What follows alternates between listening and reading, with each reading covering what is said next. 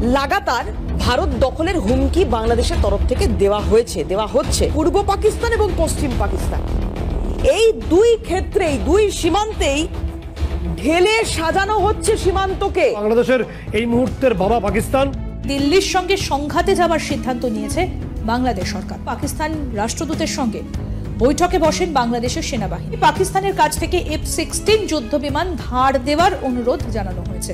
বন্ধুরা, বাংলাদেশকে বিপাকে ফেলতে গিয়ে নিজেই বিপদে পড়েছে ভারত। ভারতের দুই দিক ঘিরে ফেলেছে পাকিস্তান।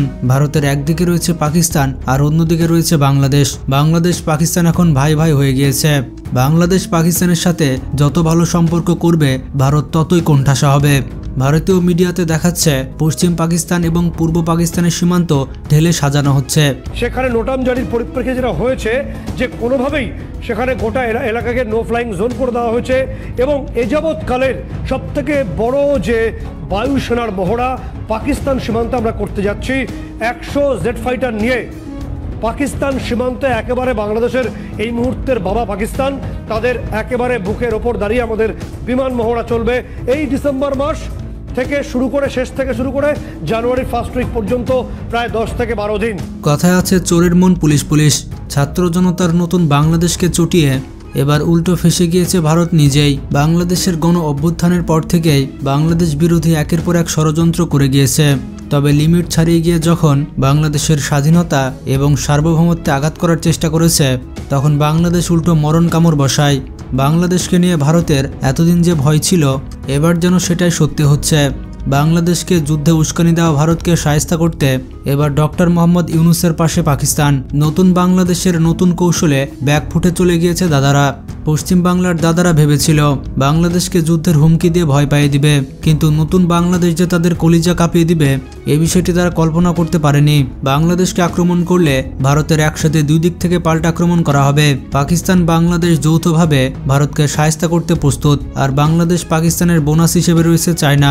বাংলাদেশ পাকিস্তান সম্পর্কে পশ্চিমা মিডিয়া কি বলছে আপনারা শুনুন। লাগাতার ভারত দখলের হুমকি বাংলাদেশের তরফ থেকে দেওয়া হচ্ছে। কখনো কোনো মৌলবাদী নেতা দিচ্ছেন, কখনো কোনো ধর্মগুরু দিচ্ছেন, কখনো কোনো রাজনৈতিক দলের সদস্য দিচ্ছেন। এই যে লাগাতার ভারতকে চাপে রাখার কৌশল করে চলেছে বাংলাদেশ, তাতে কি ফল হতে পারে? এইটা কি বাংলাদেশ না জেনে বা না বুঝেই এই ধরনের মন্তব্যগুলো করে যাচ্ছে? বাংলাদেশকে যুদ্ধের হুমকি দিয়ে ভারত নিজেই বিপদে পড়েছে। ভারতের সামনে কুয়া রয়েছে মানে বাংলাদেশ, আর পেছনে রয়েছে খাদ মানে পাকিস্তান। এতদিন আমাদের পাকিস্তান থেকে দূরে সরিয়ে রেখে বাংলাদেশের উপরে দাদাগিরি দেখিয়ে এসেছে ভারত। এবার দুই ভাই এক হয়েছে অত্যাচারী ভারতের বিরুদ্ধে। বাংলাদেশ আগ বাড়িয়ে ভারতের বিরুদ্ধে যুদ্ধের কথা বলেনি, উল্টে ভারতের রাজনৈতিক নেতারা বাংলাদেশে আর্মি পাঠানোর হুমকি দেয়। বাংলাদেশকে ভারত তাদের অঙ্গরাজ্য বানানোর পরিকল্পনায় ছিল। ছাত্র জনতার নতুন বাংলাদেশ ভারতের আধিপত্য কোনোভাবে মেনে নিবে না। নেপাল ভারতের সাথে যেমনটা করেছে বাংলাদেশকেও ঠিক তেমনই করতে হবে। ভারতের বিরুদ্ধে বাংলাদেশকে সাহায্য করছে পাকিস্তান, আর এটা দেখে দাদাবাবুদের ঘুম হারাম হয়ে গিয়েছে।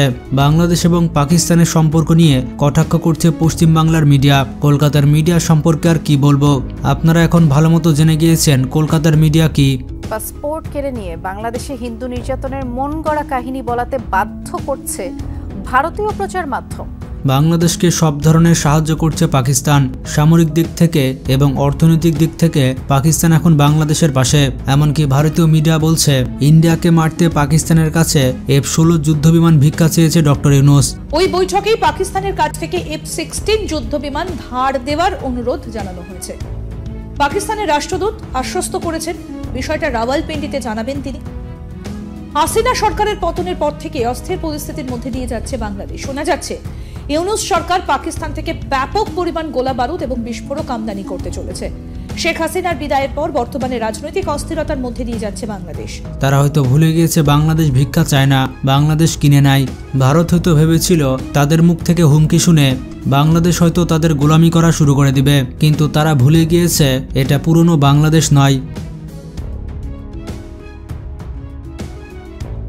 বরঞ্চ রক্ত দিয়ে দ্বিতীয়বার স্বাধীনতা নিয়ে আসা ছাত্র জনতার নতুন বাংলাদেশ। ভারতের হুঙ্কারের জবাবে বাংলাদেশও দিয়েছে যুদ্ধের হুঙ্কার।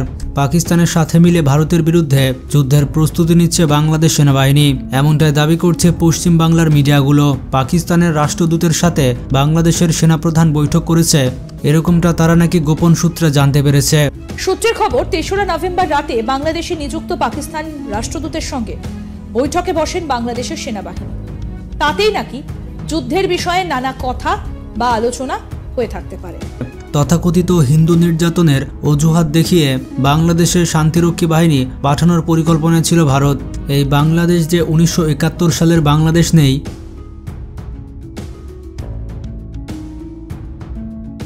এই কথাটা ভারতকে বুঝিয়ে দিতে প্রস্তুত বাংলাদেশের ছাত্র জনতা। পাকিস্তান ও বাংলাদেশের হাত মিলানো দেখে ঘুম হারাম হয়ে গিয়েছে ভারতীয় দাদাবাবুদের। কেন ভারত এখন ভয় পাচ্ছে?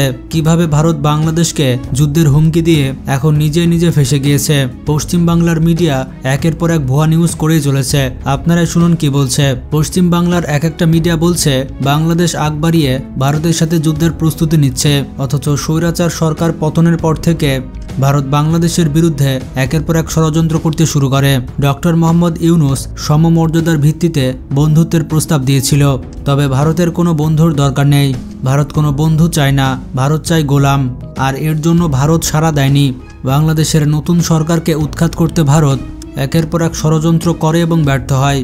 সর্বশেষ বাংলাদেশকে দখল করতে যুদ্ধের হুঙ্কার দিয়েছিল ভারত। বাংলাদেশকে দখলের হুঙ্কার দিয়ে এখন ভারত নিজেই ফেঁসে গিয়েছে। ভারতের দাদাগিরি রুখতে পাকিস্তানের সাথে সম্পর্ক ভালো করছে বাংলাদেশ। ভারত বাংলাদেশকে আক্রমণ করলে পাকিস্তান বাংলাদেশের হয়ে ঝাঁপিয়ে পড়তে পারে। এই আতঙ্কে এখন ভারতের কলিজা কাঁপছে। পাকিস্তান এবং বাংলাদেশের মধ্যে প্রতিটা বৈঠক এখন ভারতের বাথরুমের কারণ হচ্ছে। ভারতের আগ্রাসন থেকে মাতৃভূমিকে বাঁচাতে প্রয়োজনে পাকিস্তানের সাথে সামরিক চুক্তি করা হোক। পাকিস্তানের সাথে সামরিক চুক্তি করা হোক, এটা কে কে চান তারা কমেন্ট করে জানান। আর যারা যারা দেশকে ভালোবাসেন তারা অবশ্যই ভিডিওটিতে একটি লাইক দিবেন আর চ্যানেলটি সাবস্ক্রাইব করতে ভুলবেন না। আজকে এ পর্যন্তই। ভিডিওটি ভালো লাগলে শেয়ার করতে পারেন। ভালো থাকবেন, টেক কেয়ার।